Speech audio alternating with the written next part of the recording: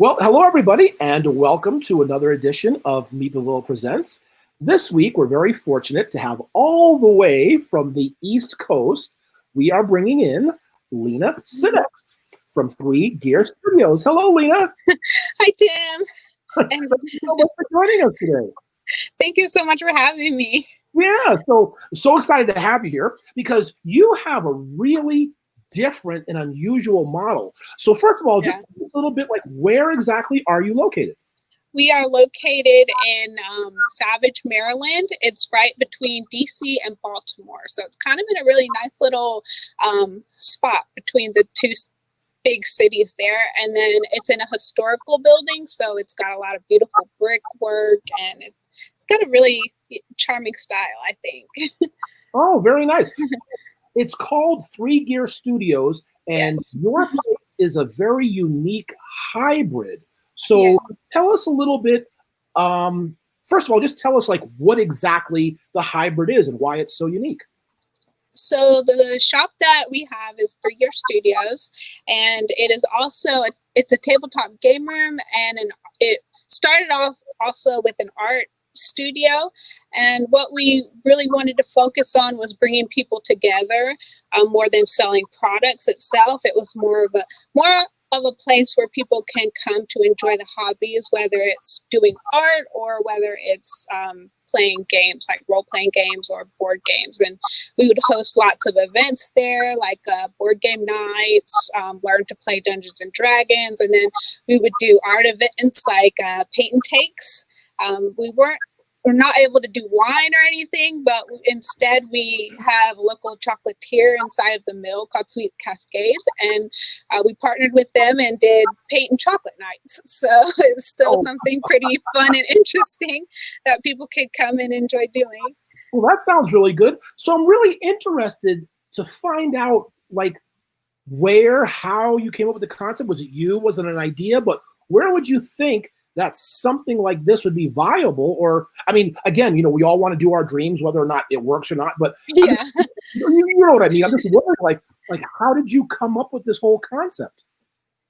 It's kind of bred out of necessity in a way. I actually was teaching English in Japan for several years, and my husband, his family owned the family game store in the same location, and it was a brick and mortar game shop. And when we came back to America, we started working there, and the shop had closed up soon afterwards. And we saw there was still a really great community there, and we wanted to be able to keep it open for them. And that's kind of where it all started. And then there's the millennial kind of tagline of experiences over things. And so we wanted to cater to that as well. Right. I think so. To me, that it came from gaming first. So gaming was the first impetus to starting the store? Not exactly. My mother-in-law, she is an artist, an architect, and so her art studio is upstairs where she was teaching classes, and so it was always going to be kind of the hybrid of the two. And I was taking painting lessons from her, and also I had been crafting jewelry from when I was in Japan and picked up the hobby from there. And it was just always gonna kind of mesh together, these two things. Right. So let me ask you, is it more, do the communities mix? Like, do you get one from the other going back and forth? Or do you actually have two sort of separate communities, an art community and a gaming community? That's a very good question. It started off pretty separate. I had started even with two different Facebook pages and two different newsletters where it was like, here are the artists and the information for them, and then here is the gaming stuff and the information that they would want. But as time went on, it ended up, and we're still in the process of kind of merging the two together, because we do have gamers that are artists, and so it just made better sense, and also less work on me having to keep sending out having to manage two different social medias was a bit much for just me. And so then So now I just send out one newsletter, and it'll have art events, and it'll have the gaming events on it as well. And then some of our artists, they, like I said, are also gamers, and they will sell some of their artwork inside of our studio, Very nice. things like that. So let me ask you, where is there more of the crossover? Do you get more of the gamers perhaps saying, hey, I could come and learn some art or do some art? Or do you get some of the artists saying, hey, after I do a little bit of painting or molding or whatever, I'm going to go play some games? Where do you think more of the crossover comes from? I think most right now, most of the crossover comes from the gamers that are like role-playing gamers or board gamers. They come into the space and they see that, hey, we do art here as well. And then, they might join in with their families. But now it's definitely a lot more with the gamer side crossing over. And then when we do paint and takes, we just get a mix of everybody. Some people are just looking for things to do that day, and then they're like, oh, there's a paint and take, and they like, because they Google it and they see that there's a paint and take over here. So we'll get like walk-ins even, or if the mill itself is doing some sort of event, we will try to capture just the general traffic of the mill for certain events like that. So the paint and takes, that's really interesting. Are you doing the paint and takes for like, miniatures and RPG stuff, or are you doing paint and takes for art stuff? Because you can really do both, right? Yeah, yes. And we actually were in the process of doing both before everything kind of exploded. We were going to start doing a miniature paint and take where people could get like a miniature figure with the ticket sale and come in and paint them with some instruction. And that was definitely, and hopefully in the future will be on the docket. The ones that we have done in the past have been acrylic painting, so people can paint something easy like a beach theme we did over the summer and last summer, and in the towards the end of summer we did a summer solstice one where it was starry sky and it was acrylic painting, so people could actually take it home. And then but it's not just limited to acrylic painting. We're also working with, like, we have an artist that does origami, and I'm wanting to do one with my crafting jewelry as well, so people could do a make and take. Oh, so yeah, it's not really limited, the craft. No, you can do anything. Absolutely right. I mean, just the games, there's so many different types of games. The same thing with art. There's so many mediums you can use and so many art forms and everything. I mean, that's so interesting. I mean, we're going to get back to your store and stuff a little bit later, the whole concept. But I just want to learn a little bit about you. So, like, where did you grow up? Where are you from? Well, I grew up in Los Angeles, California, in Inglewood, and my family kind of ended up moving around a lot. It was right after like LA riots. We ended up telling my age here, but we ended up moving to Knoxville, Tennessee, and then from there, my family moved to North Carolina. Now, and then it's just like all over the place, right? Going from LA to Knoxville, what was that like? It was a bit of a culture shock because, I mean, I was an elementary schooler at the time when we did that big giant move. So it's kind of like school is school at the end of the day. Yeah. And, I was a pretty quiet kid, kept to myself even then. Uh-huh. So it wasn't really such a big stretch. And I have a lot of like cousins and my sisters, and I just play with them a lot. So, and as long as your family is there with you, it kind of stabilizes you. So you were in grammar school, you said, so you were young when you made the move. Where in your life, I don't know if you remember, where did you like pick up games or do gaming? Did you do it with your family or friends? How did that get started?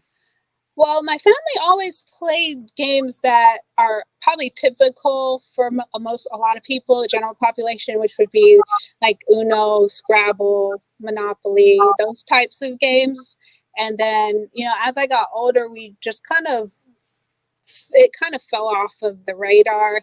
And then when I moved to college, and I met my husband and his family on the game store. That's kind of more when I was introduced to a whole giant plethora of games. There's just so many now, and I had no idea because I was one of those people that was, okay, I play Uno, I play Clue, I play Scrabble, Monopoly. That was about the game of life. That was about it. And then after meeting my husband and his family and their shop, it was just so many games. I know, right? There is opening up a whole new world. So where did you go to college? Because you're a teacher, or you said you were teaching, correct? I went to college in the University of Greensboro, UNCG. But after graduating, pretty soon after that, I moved to Japan for a while and taught English there for about 6 years or so. And do you speak Japanese? A little bit. I learned one phrase. I was over in Japan. I visited there several times. Mm-hmm. One phrase. Let me see if this is pretty good. Anata wa eigo wo shiberimasu ka? Do you speak English? There you go. Subarashi, and then you probably hear eigo jouzu desu, nihongo jouzu desu ne. That's the one thing I needed to learn. That was it. I didn't know it because I speak English, but I'm done, right? So that's pretty good. So what did you think of Japan? And I'm sorry, if you hear that, it's not a child because some people, that's my cat. I don't know if you can hear it back there. So I can hear it, but I didn't know what that was. She is relentless, just all the time. So I'm sorry about that, but that's just her. Maybe she'll come in and make a visit. But anyway, so what did you think of Japan? What part of Japan were you in? I started out. This was after the big great earthquake tsunami. A lot of the teachers ended up fleeing the country, and I had an opportunity to go teach English after that, and so I did, and I ended up in a place called Numazu. It's kind of south of Tokyo, and it's by Suruga Bay, so you've got a great view of Mount Fuji, and then it's got one of the deepest bays in the entire world. They're famous for their sushi. And one thing I like about Japan is like each region has its own specialty something. So like they have a flag, they'll have like a motto, they'll have like a character, so, and a special dish. And then I moved to Yamanashi, which is famous for grapes and peaches, and they have festivals for that. And then I moved my last couple of years, I was living pretty close to Tokyo in a town called Hachioji. So it was maybe about 30 minutes by train to Tokyo, which is where where the action is. So yeah, absolutely. Now, I was only there for a short while. You were there for 6 years, like you said. But when I was over there, I just noticed that I fell in love with Japan. It was so clean. The people are so polite and orderly, and it's very, very different. Yeah. Is it a place that you would maybe like to stay? I mean, I don't know why you left and came back here, but what were your feelings about living there? Would you still be there today if you could? I probably would, because I really like the fact that there was so much to do and see there, and I was starting to get into making videos about life there. The one thing I didn't like so much was the teaching English part of it. Kids are kids, and it really doesn't matter what country you are. And so sometimes the teaching English part could be pretty challenging. Sometimes it was great, and sometimes not so great. Uh-huh. So after 6 years, I was ready to just try something different. As far as a career, teaching English is kind of one of those things that you do when you graduate college. There's not really so much upward mobility in that field. So, it's kind of time to move on. And you said were you there with your husband, or was it just you? I was there, with my husband, and we were both teaching English. Okay, and the game store was over there in Japan?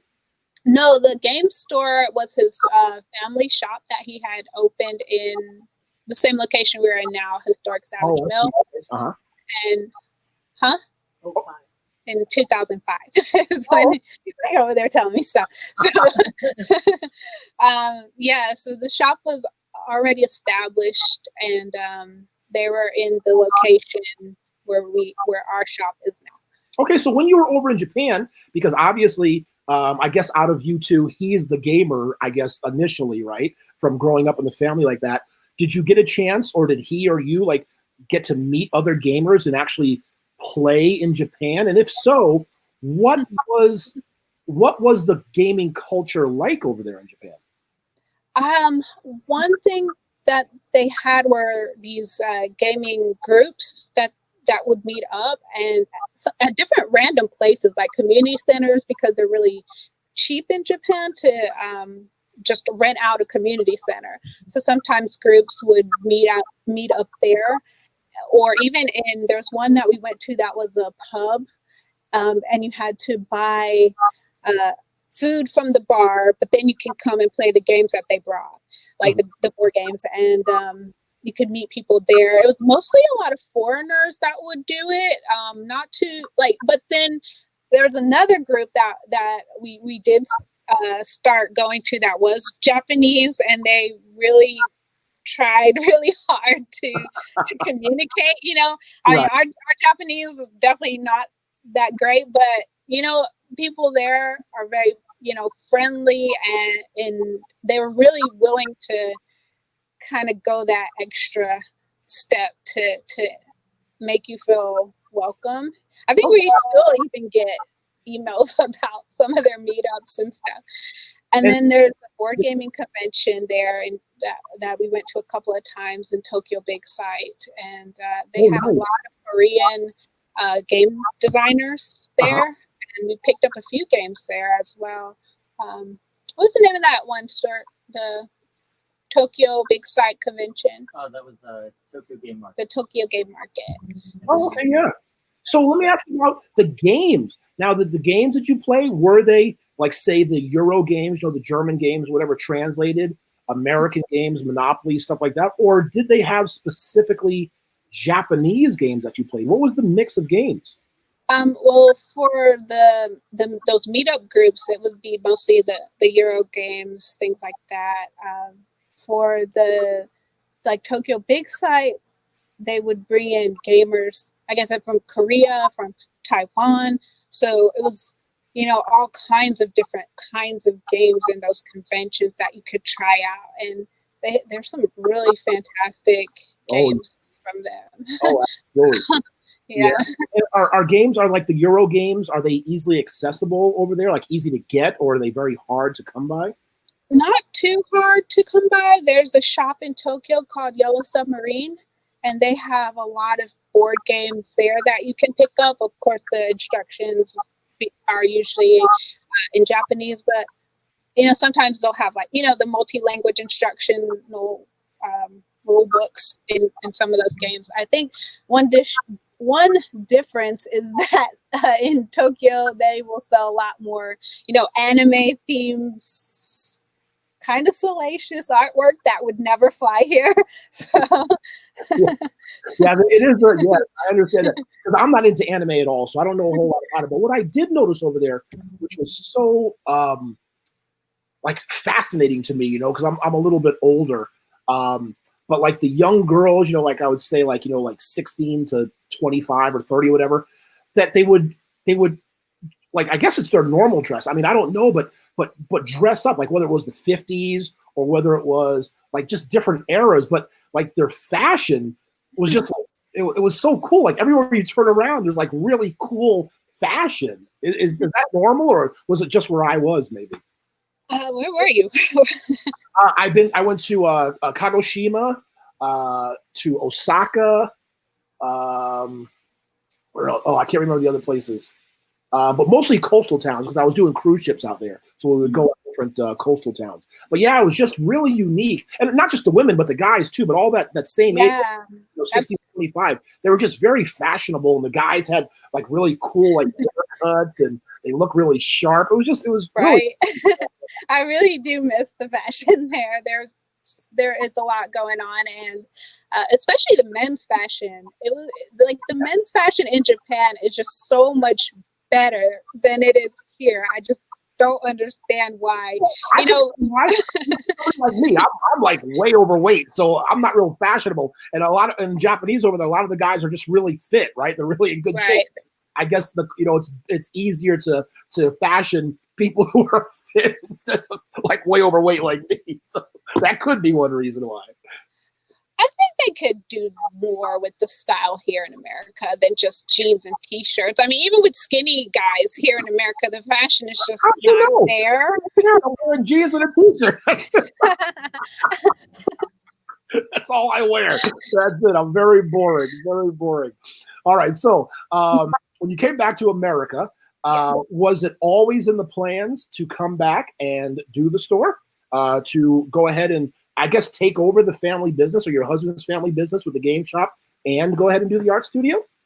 Not exactly. We were going there more to help out the business there. And his parents, they retired, and things just didn't work out with what they were doing. And so we ended up having to pretty much start from scratch and build everything almost from the ground up. But we were fortunate enough that some of the gamers that were already going to the family game store and loyal customers of them, some of them did come over. And then so that helped us when we were starting out initially.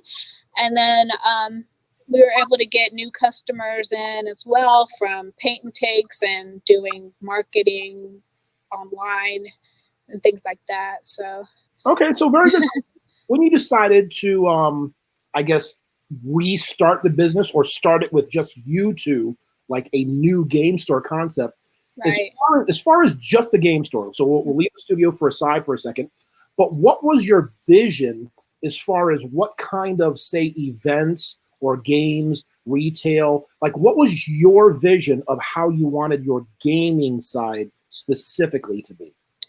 The gaming side, we wanted it to definitely cater towards the female market and have a store that women feel comfortable coming into, as well as minorities.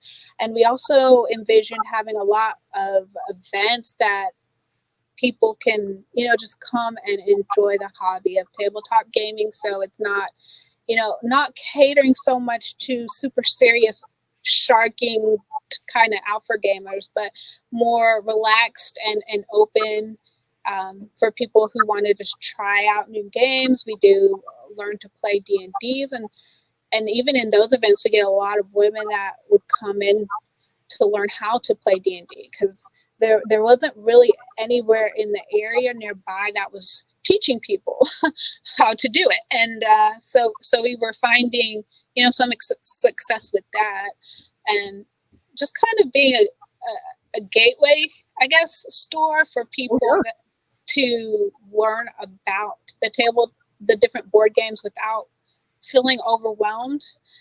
So. Oh no, that's pretty much true, because we try to make sure that we're accessible, like you said, for a lot of women, a lot of minorities, just open to everybody. And yeah, because we don't sell like Magic, so we don't have Magic cards. And that's like a really tough industry right there. the magic players. So. Yeah, that's a whole nother. Yeah. So no, we don't do Magic or CCGs, anything like that. We don't do tabletop like Warhammer 40K. We do 5% board games and 5% D&D. But to me, my concept was that is what gets everybody, right? Because all those other things, they do cater, not cater, but the general audience to a lot of like Magic and tabletop and stuff is a certain demographic. So if you open it up to just blanket, like, the Cards Against Humanity, the those like the werewolf, the role playing, some of that just opens it up to a much more diverse audience. So that's really great that you did that. And so, how has it translated? Have you seen that the women, minorities, that a diverse crowd has been coming into 3 Gear Studios? We definitely have started to see a lot more women come into into the 3 Gear Studio space, because when it was the family game store, their audience was predominantly white male. And I think that's kind of reflective a bit of, the staff that was running it then. And then once we opened, and then we had, and also making the space, like I really like making things look kind of whimsical. So I'll have like a very whimsical style to the shop that makes, I would say, women feel like this is a place that they would be comfortable in. It's clean and it's open and it's not dark. It's kind of got right now a coffee shop type vibe to it. So making it look nice and helps with it being accessible in that way. Yes, that women will want to come in. Yeah. And since you are a crafty, artsy person yourself, I'm sure that's a great reflection of you. And you're right, because I have noticed that too, because men and women, we do think differently. I mean, we're just different creatures. And all of the women that I have had on staff have added, which I could never do, but that female, that woman's touch, right? Gotta make, and I love decorating and making it look interesting. So it's like, yeah. Yeah, and it does come across, and people do know it and feel it, and it's just one of those kind of things. Of course, it's hard for me to think about because I'm just a guy and I don't, but it is just to have that woman's touch and make them feel comfortable when they come in, just by, like you said, just the ambiance and the decoration of your place. So you in particular, with the art and stuff, what is your main medium, or what is your forte when it comes to art? It always changes. I'm always trying something different or new.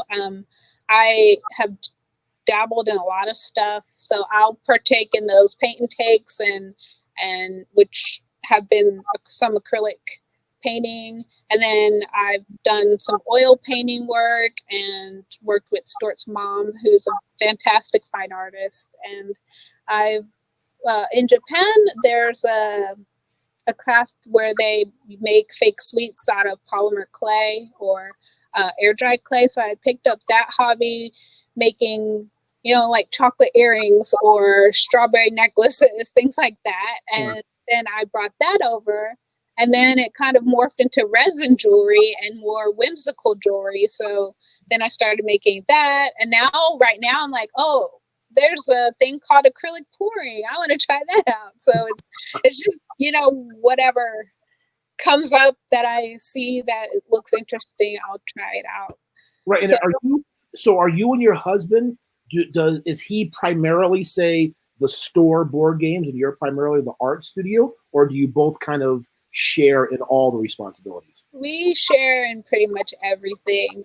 We do divide up some of the tasks as far as the back end work. I do a lot more with the marketing and the social media, and I've taken classes on that. So I'll handle that a lot more.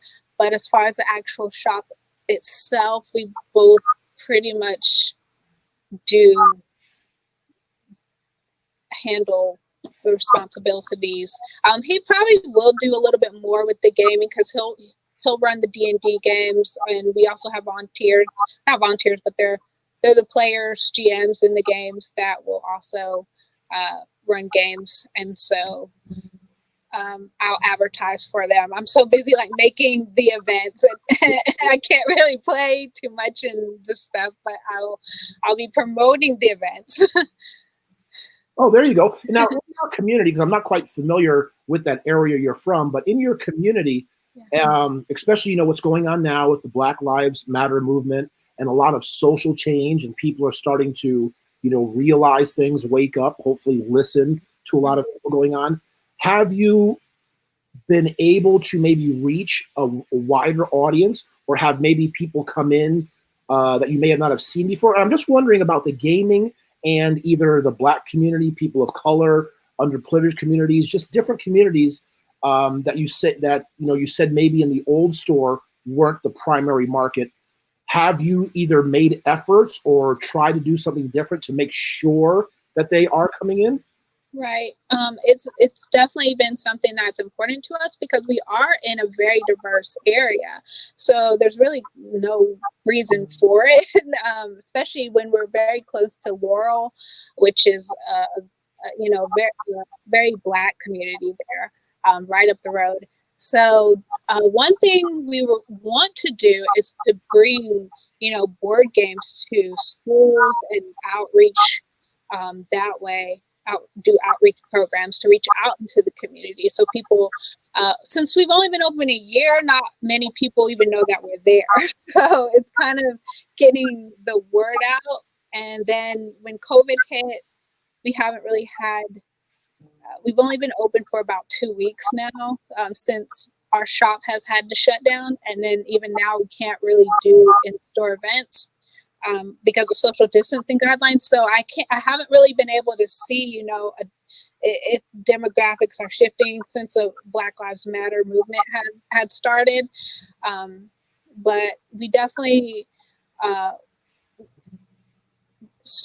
we've started to bring in more games into our shop, and we've seen quite a bit of success with the Rap Gods Kickstarter that we brought into our shop from Board Games Brothers, and I definitely plan on bringing more games like that to our space, and finding out more about these Black game designers have been really interesting to me. Yes, and, absolutely. So I think having more games that can cater to people that are diverse, and especially the Black community, games that are made by Black people, and games that look I just read an interview with one of the designers of Board Game Brothers, Omari, and he was saying how his games are they're playable for anyone. It's not just I'm catering to this demographic necessarily, but it definitely opens up gaming to more. You get more enriching stories and from the different perspectives. And so I think we definitely are going to try to bring in more games like that and reach out more into the community when we're able to again, because right now we're like, yeah, no, I would agree that that helps when people are represented in the games and they can maybe see themselves, pick a character that looks like them. It does help a lot. And to me, unfortunately, I am not really a components person, so it never has really been a factor to me because I don't get promos. I don't get deluxeified editions. I'm not really a promo guy. I just like to play the game. And some things, like people will tell me about something about a game, I'll be like, really? I never even noticed that. You know what I mean? So, but I do realize that other people do. So I'm glad that it's come to the forefront for me, that now I do realize that it's very important and it's essential that some of these companies and designers, when they're producing games, and the artists, when they're doing that, do make sure that there is a wide variety of people being represented. Yeah, that is very important. Yes, and I mean, even with and real representation, not just having that token here or there.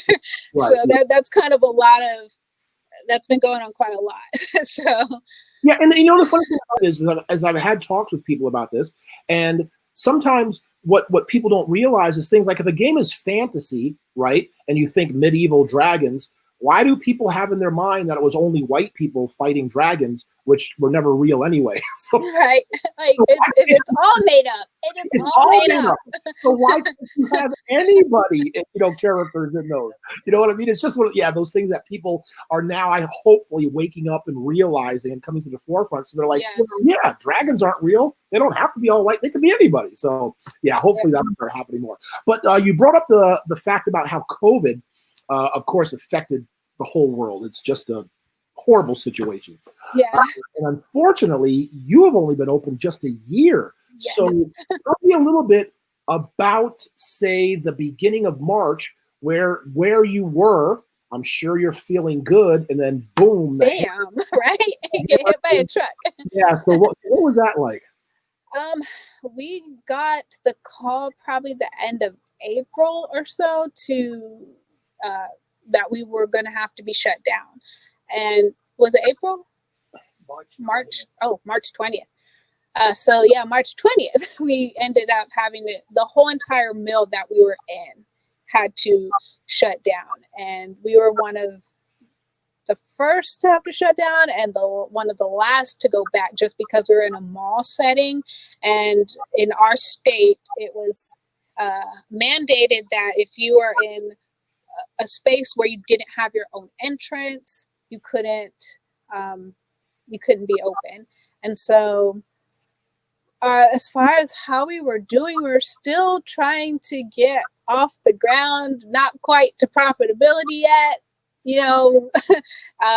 Getting funding for the startup in the first place was a challenge, still is a challenge. And then I think we're actually getting more assistance with things like the PPP and oh no, we're not getting any of that. But we did get some small business loans, so which we weren't really able to get initially. So we were using our savings and things like that just to get off the ground in the first place. Right. And we had good projections about come fall this year things were going to be looking good, and then when everything kind of imploded, it's been a slow. We ended up moving almost immediately the role-playing games that we had, which we had several role-playing games running at that time that we opened a Discord channel with the help of family members, and our role-playing gamers were able to move over there, the majority of them. And then we also started a Patreon page pretty much right after as well, for people that wanted to continue to help support our business. So that has helped a lot, and moving more of our products online. As for the artist side and also the gaming side, we've worked on that. And then right now we are doing a beta testing for a library rental program where people can actually rent games from the shop and take them home and play them there. So that's kind of our new. We've been very flexible this whole time, just okay, what can we try? What can we do?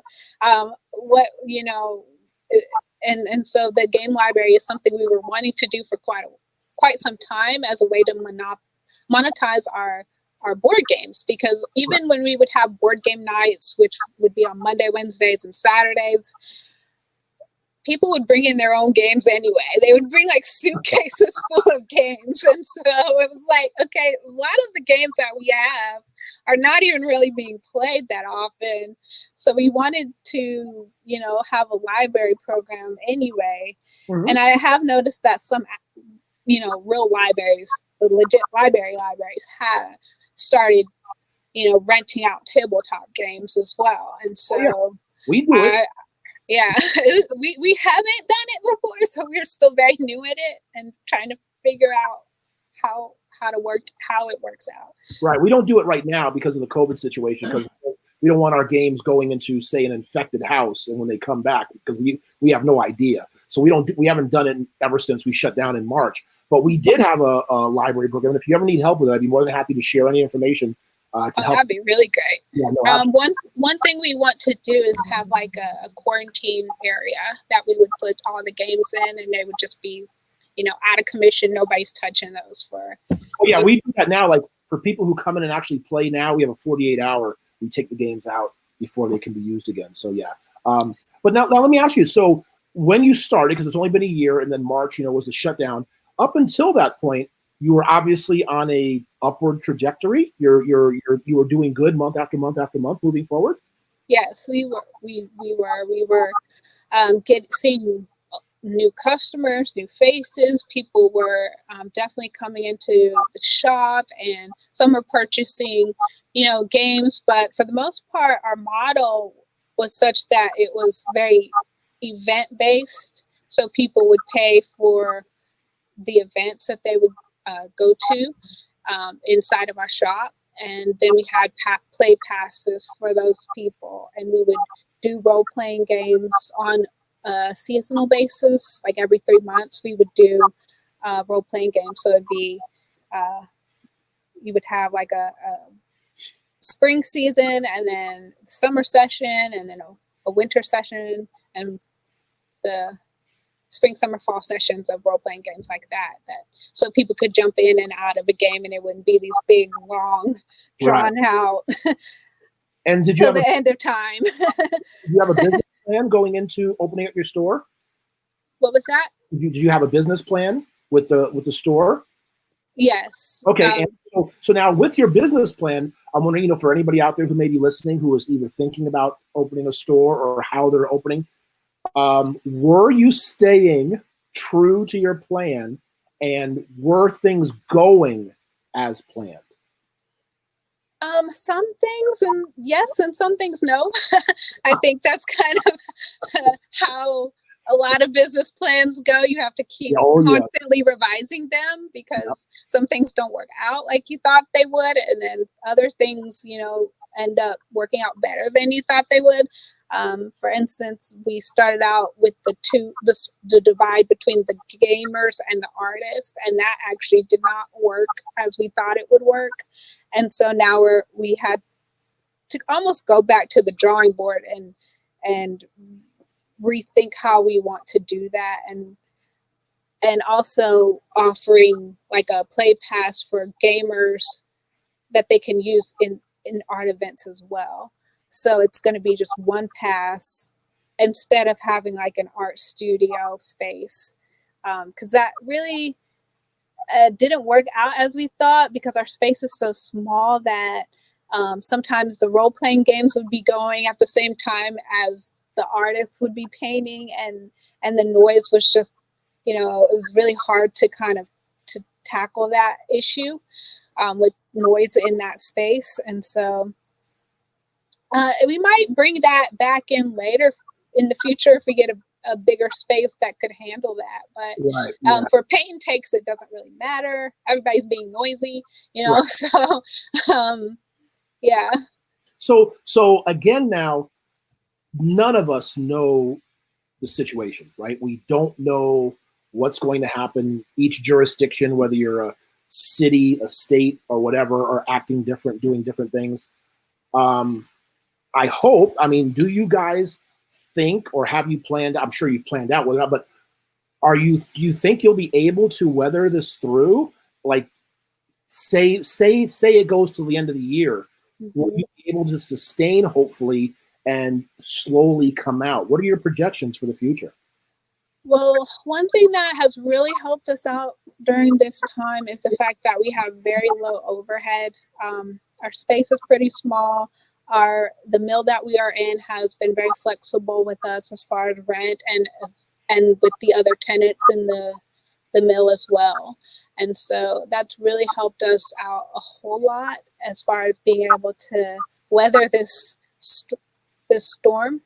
And then we're able to move a lot of things online now, so that we are able to pull in income through, online sources, which has also helped with the Patreon page, with, the gamers doing events for them online, as well as for the artists. We're starting up virtual lessons, things like that. And I can also sell my jewelry online.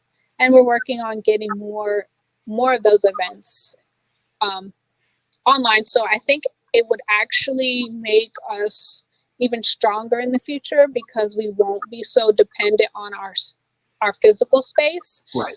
If we're able to get, more income through online sources. Mm-hmm. So that way, yeah, I think it'll work out. I'm hopeful there. Me too. I'm hopeful too. It's just a matter of sitting and waiting, but it's a matter of adapting. To change, and I know for me personally that coming out of this, I've already made think it'll be different. So what I had before March 17th, because that was my close date, I was happy with. My manager Grant is fantastic. Trung, the kitchen manager, is fantastic. Everything was just really good, and I was really, really happy with that. But I know, hey, that was then. Who knows what now is going to look like? But I'm confident and happy that the now, whenever it becomes, will be just better. It's different. We have to adapt. What I want to do is talk about a little bit about, if you don't mind, your Deco and Dice thing, right? So Yeah. since you have the art studio, and it's just natural. You have your side hustle, I guess you want to call it. That's what I call it. Yeah. Yeah. So tell us about your Deco and Dice and what that is. It actually did even that has morphed because it was called Kawaii Sweets, which is cute sweets, and I would make fake sweets out of polymer clay, handmade little things like strawberry hair clips and chocolate s'more hair clips or cookie hair clips or necklaces or earrings. And then I started playing around with dice and making jewelry out of dice. And so then I decided I probably should change my name because fake sweets and then the dice jewelry don't quite mesh together. So then the name Deco and Dice came out of that.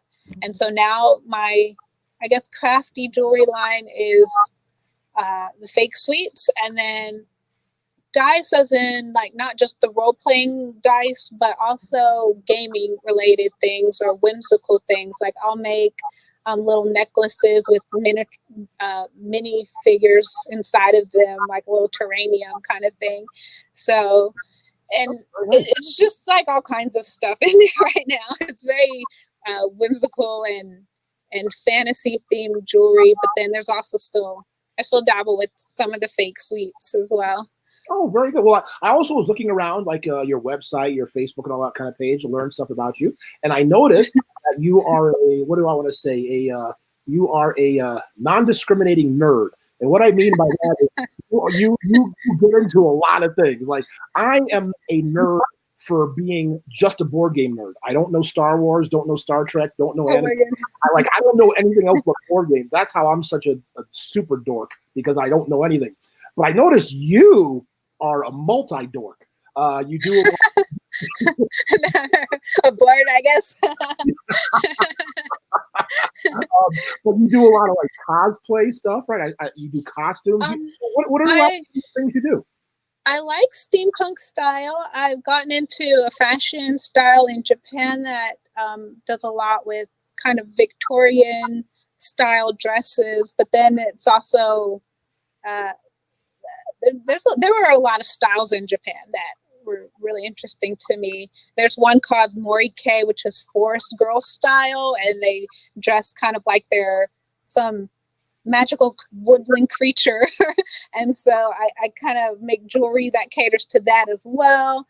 And then, yeah, my family, we grew up on Star Trek and Star Wars. And so that's always been, my parents were my parents are Trekkies. So that I've always, even right now, I watch DS9 and Star Trek, Discovery and Picard and things like that, and Star Wars stuff. Right. and the Marvel stuff. So yeah, I don't know books either. I don't know. I couldn't tell you who was DC or who was Marvel. I don't know anything. Yeah. I'm watching Doom Patrol right now, and that's been interesting. Let me see. When it comes to gaming, then, what type of gamer is Lena? If you had to define yourself, what type of gamer would you say you'd be? I like games that are not too rules heavy. Games that I can relax when I play them, and I don't have to think too super hard about strategery. You're too good to know that. I can just, play things like Small World, and I can say, oh, I can play a berserker or a goblin, or just these different races, and not really think too hard about the strategy of it, but just say, oh, that looks really interesting. I can play like berserker hobbits or something, and then try to take over the world like that. And then I also like games. One game that I really like is Patchwork. It's really fun 2-player game that reminds me of Tetris. where you're making a quilt out of these Tetris pieces, and that one is really fun. And let's see, oh, Dixit. So that game, I think it was a game that was a psychology game. So it has a lot of really beautiful artwork on the cards of them. Yep. And so I really like being able to play games like that are not too, rules heavy, but things like Point Salad. Point Fantastic. That's a really, really good game. I love that game because one of those kind of games when you start to play, you can play like 5, 6, 7, 8 times. Like you just right. It's quick, it's fast. It is. It's really good. So things that are it doesn't take like an hour. You can just get into it. You can play it several times, or I've played Say Anything. I've played Dixit like a million times,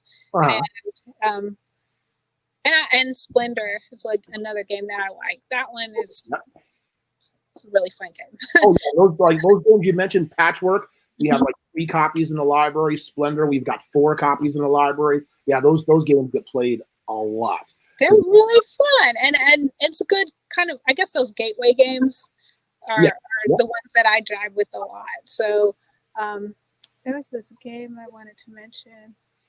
Oh, what was it? Oh, Flux. So Flux was one of those games that I could not for the life of me understand at the very beginning of it. When I first tried it out, I was like, what is this? I can't play this. It's a mess. Then, once I got the rules and the concept, then the fact that they had like Doctor Who and then Star Trek and DS9 Flux, and it's like, so that's one of the games that I really like now. They do have a lot of themes with Flux. Yes, absolutely. All right, so what I want to do now, because we just got a little bit of time left, is in the future for 3 Gear Studios, when we come out, so say 6 months from now, we come out of this and boom, everything's open, we're back to that. What have you been planning for? What would you like to see? What is the future of 3 Gear Studio going to look like in that future, that new normal? That's kind of, so yeah, I don't think anything is going to be quite how it was in the past. I'm hoping that some of the programs that we're setting up right now, such as our game rental program, and getting more involved in the community activities. We did Extra Life last year, which was fantastic. We worked with a group called Break My Game, and they play test people's games, and then also the Party Game Cast, which is really fun, and they had game shows and things like that. So, and then there's other groups that I would like to partner with as well, like the Girls Game Shelf, and do more events with them, either online or inside of the shop. So that's kind of where we're headed, is to do more collaborations with people and different groups. So it will not only tap into their network, but and it'll help in the end grow the hobby. I think the more networks that you can kind of tap into. So yes, and we're in a really good location that these groups are not so far away from us. Right. Oh, that's good. That's very good. Yeah, and I'm so glad that you said that your number one mission, I'm so glad, is to create community, bringing people together, do different things, because I do the same thing or trying to do the same thing.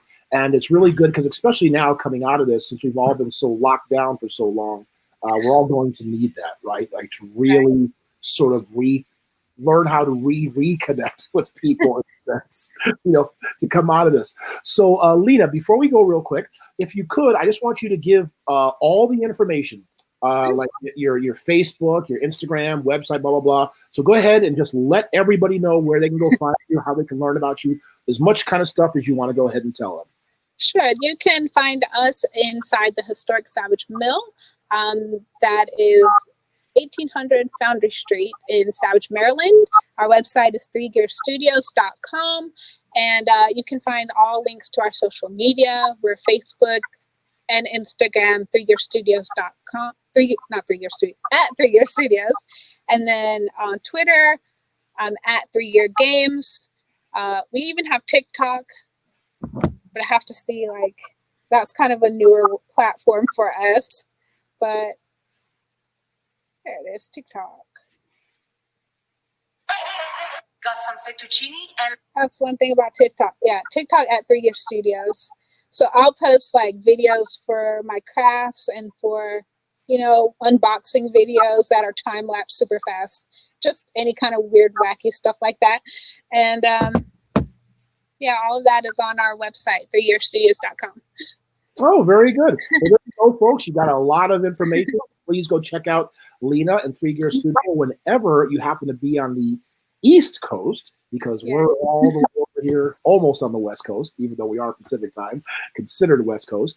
But yes, it's been an absolute pleasure. Thank you so much for taking the time to do this. It was very nice meeting you and talking to you. And I just love the whole concept you're doing, because as I read your website, and is this really true? You are the first art tabletop game studio ever in the world? Is that true? I don't know any other, but I have heard that there was one company that reached out and was kind of interested in our model because they wanted to do something similar, but I don't think they actually have, because there's the gaming and the food model that, you know, I'm sure when you started it, people were like, "What is this?" No, we added that later. Yeah. And so we kind of get that, you know, what is this concept? But basically bringing people together around things that they love doing is the concept. Yes, absolutely. And gaming is such a fantastic way to do that, right? Because it's so universal. Like, even like you said, you lived in Japan. I could probably go over there now, not speak a word of Japanese, but I could pull out a game and we could probably start playing. So it's, yeah, it's a great way to communicate, great way to get people together. Well, anyway, thank you so much, Lena. I really appreciate it. And we will hopefully get a chance to meet in person sometime, maybe at a larger event or something like that at one of the conventions when they all open up, but we'll have to sit down and play a game. Yeah, that'd be awesome. Thank you so much for having me. All right, thank you. So, folks, that was Lena Sinex from 3 Year Studio. And thank you so much for watching another presentation of Meepleville Meets. We'll see you soon.